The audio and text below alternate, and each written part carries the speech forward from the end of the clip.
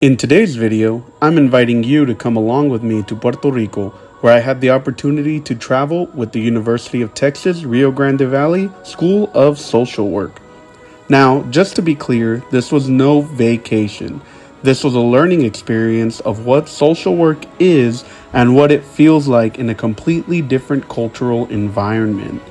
We were able to experience the difference in food, immerse ourselves in the culture, and yes, also had moments of true difficulty and danger that showed us the Careful, raw careful. reality behind the work that we do. O sea, nos acostamos con María y nos levantamos con otro país. Tú tienes una vida, pues que creemos, ¿verdad? Que somos un país de un primer mundo, a parecer que somos un país del tercer mundo. Imagínate, sin agua potable, sin luz, sin teléfono celular, sin internet. Así que estábamos como en los 1900 Puerto Rico. Así como si hubiésemos dado, ¿verdad? A 100 años atrás en el país. Eh, esa fue una de las situaciones. Así que imagina eh, todas estas cosas pasando a la misma vez. Escasez de comida, escasez de agua, no tenemos luz, pérdida de los hogares, no, los niños no estaban yendo a la escuela, o sea, era un total desastre, era un total desastre realmente. It seems that no matter where you go in Puerto Rico, the scars of Hurricane Maria still linger. Whether we were in San Juan, Juanica, Achuntas, Luquillo, Aguadilla, Tayaboa, Rio Piedras, Juana Diaz, Maunabo, or our home away from home, Ponce and Pontificia Universidad Católica de Puerto Rico, everyone remembers where they were and how they felt during the storm. While it may seem like Hurricane Maria was so long ago, the people are still feeling the effects today, even as 7 years have passed since. The effects of Maria have had economic and social consequences that have affected the mental health of everyone on the island. It is important that we understand that Maria was not just a physical disaster, but an emotional one as well.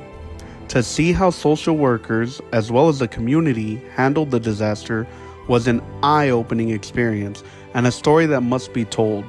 Maria and Puerto Rico are not just a story of resilience, but one of a need for the call to action. Bueno, ¿qué te puedo decir? De muchas formas afectó, pero pienso que mayormente ansiedad, depresión, incluso, y ahora recuerdo que, según tengo entendido, para después de María, la tasa de suicidio en Puerto Rico aumentó en un 18%. Así que en ese sentido, ¿verdad? Ahí podemos constatar de cuánto, ¿verdad?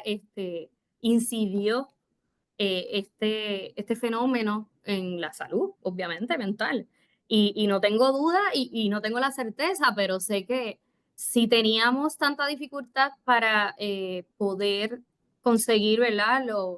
O más bien satisfacer las necesidades básicas, que era la comida, ¿verdad? Tener un hogar seguro, el hecho de recibir la atención, ya sea de psicólogo o psiquiatra, debió haber sido bien complicado para ese entonces. Así porque prácticamente nada estuvo en funcionamiento. This is where the people of Puerto Rico impressed me the most. They set out to help each other without waiting for government assistance. Universities like La Católica stepped into action and began rounding up all necessities to help those most affected. Social workers alike were not waiting to be sent out to the community. They took it upon themselves to react and showed the importance of human relationships.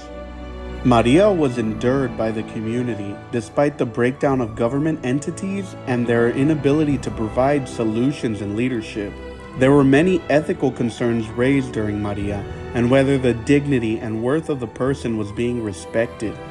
The time spent on the island ensured what I already knew, that there is a dire need for social workers at the macro level in Puerto Rico. There is a need to call for policy change regarding the way federal funding is spent. There is a need to call for action to fix the power grid system and there is a need to spread awareness about the importance of mental health services focusing on the PTSD that many of the survivors of Maria are suffering from.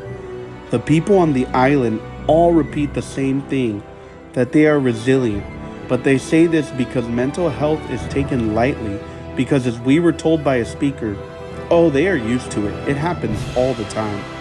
We as social workers must show commitment to the common good, but showing the community that there is no shame to show that there is still pain lingering from the storm. One person I spoke with told me that every time it rains, they experience anxiety, and that is something that needs to be addressed to ensure the well-being of all. La realidad es que el gobierno se colgó, como dicen por ahí, ¿verdad? En su manejo de la catástrofe. Porque entiendo que ni las personas ni el gobierno estaban preparados para María. Nos cogió desprevenidos, realmente. I must admit that I came to Puerto Rico very biased. All I knew was what was shown in the news, and it was all negative. I came here expecting to see more damage from the hurricane and expected to experience some of those negative interactions with people. That couldn't be further from the truth. Instead, I saw a beautiful island filled with fruits and wildlife, with mountains and beaches that were truly a sight to behold. But it wasn't just the land, it was the people. The people were some of the most kind and genuine I have ever met. Every person you meet had a smile on their face and a warm buen provecho to give. I was called mi amor more times than my grandma has ever called me that in my life. From the beautiful architecture to the amazing artwork, Puerto Rico was a wonderful adventure. The people really are kind, welcoming, and resilient.